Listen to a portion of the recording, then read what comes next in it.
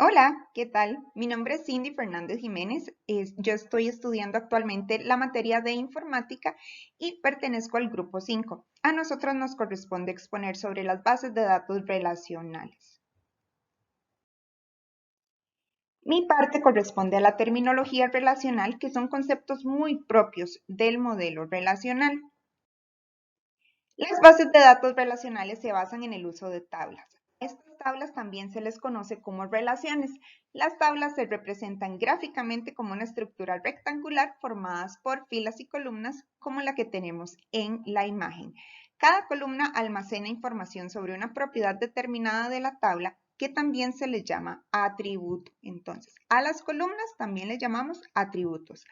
Tenemos nombre, DNI, apellidos, edad, entre otros. Cada fila o tupla posee una ocurrencia ejemplar de la instancia o relación representada por la tabla. Ahora bien, dentro de la terminología, ya vimos varios, vamos a repasar.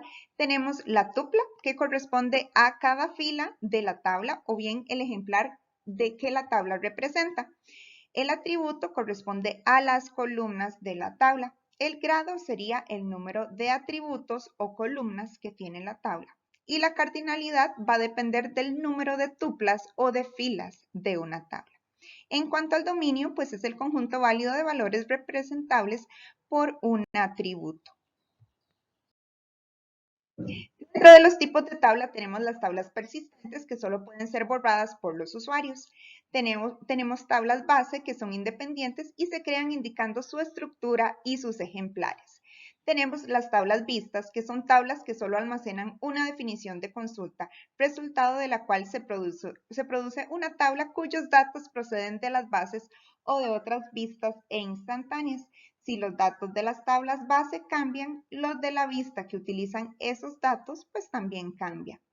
Tenemos las instantáneas. Son vistas creadas de la misma forma que almacenan los datos que muestran además de la consulta que dio lugar esa vista. Solo modifican su resultado actualizando los datos, siendo refrescados por el sistema cada cierto tiempo. Tenemos también finalmente las tablas temporales, que son tablas que se eliminan automáticamente por el sistema. Puede ser de cualquier tipo de los anteriores que mencioné. Ahora bien, tenemos los dominios. Suponen una gran mejora en este modelo ya que permiten especificar los posibles valores válidos para un atributo. Cada dominio incorpora su nombre y una definición del mismo. Tenemos dirección, 50 caracteres, nacionalidad, español, francés, italiano, entre otros. Y los dominios también pueden ser compuestos. ¿Qué quiere decir compuestos? Pues que sea un conjunto de varios. Año, mes y día vendrían a ser el resultado de la fecha. Dentro de las claves tenemos la clave candidata, que es el conjunto de atributos de una tabla que identifican unívocamente cada tupla, de la tabla. Clave primaria es la clave candidata que se escoge como identificador de las tuplas. La clave alternativa es cualquier clave candidata que no sea primaria. Y la clave externa o secundaria es el atributo de una tabla relacionado con una clave de otra tabla. Finalmente, los nulos tenemos como los valores nulos que indican contenidos de atributo que no tienen ningún valor. Dentro del diseño conceptual de las bases de datos de modelo relacional, tenemos unas condiciones de obligado cumplimiento o bien unas reglas, ¿verdad? Por los datos de las bases de datos. Las hay de varios tipos y que no son determinadas, por los usuarios, sino que son definidas por el hecho de que la base de datos sea relacional. Por ejemplo, no pueden haber dos tuplas iguales, el orden de las tuplas no importa, el orden de los atributos no importa y cada atributo solo puede tomar un valor en el dominio en el que está inscrito en semánticas. En cuanto a las restricciones, pues tenemos que el modelo también relacional nos permite incorporar restricciones personales a los datos. Entonces, tenemos la clave primaria que hace que los atributos marcados como clave primaria no puedan repetir valores.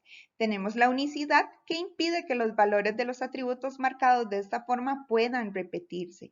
Tenemos la obligatoriedad que prohíbe que el atributo marcado de esta forma no tenga ningún valor.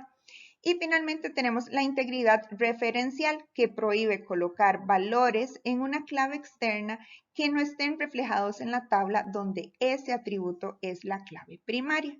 Finalmente tenemos una regla de validación, que es una condición que debe de cumplir un dato concreto para que sea actualizado. Y finalmente tenemos las 12 reglas de COD. COD publica las 12 reglas que debe de cumplir toda base de datos para ser considerada relacional. Estas reglas en la práctica las cumplen pocos sistemas relacionales. Vamos a mencionarlas. La primera de ellas es información. Toda la información de la base de datos debe de estar representada explícitamente en el esquema lógico, es decir, todos los datos están en las tablas. En cuanto al acceso garantizado, todo acceso es accesible, todo dato, es accesible sabiendo el valor de su clave y el nombre de la columna o atributo que contiene el dato. En cuanto a la tercera, sería el tratamiento sistemático de los valores nulos. La base de datos debe permitir el tratamiento adecuado de estos valores. La cuarta regla nos dice que el catálogo en línea basado en el modelo relacional nos indica que los metadatos deben de ser accesibles usando un esquema relacional. La quinta de ellas es el sublenguaje de datos completo. Al menos debe de existir un lenguaje que permita el manejo completo de la base de datos. Este lenguaje, por lo tanto, debe permitir realizar cualquier operación. La actualización de vistas es la regla número 6. La base de datos debe de encargarse de que las vistas muestren la última información. En la séptima tenemos inserciones, modificaciones y eliminaciones de dato nivel. Cualquier operación de modificación debe de actuar sobre conjuntos de filas. Nunca deben de actuar registro a registro. La octava regla es la independencia física. Los datos deben de ser accesibles desde la lógica de la base de datos, aun cuando se modifique el almacenamiento. La independencia lógica, los programas no deben de verse afectados por cambios en las tablas. Esta es la regla número 9. La regla número 10 tenemos la independencia de integridad, que nos dice que las reglas de integridad deben de almacenarse en la base de datos o bien en el diccionario de datos y no en los programas de aplicación. La penúltima regla nos dice independencia de la distribución. El sublenguaje de datos debe permitir que sus instrucciones funcionen igualmente en una base de datos distribuida o en una que no lo es.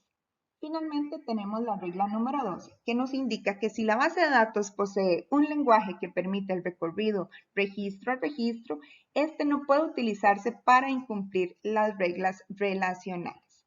De mi parte sería todo. Muchísimas gracias.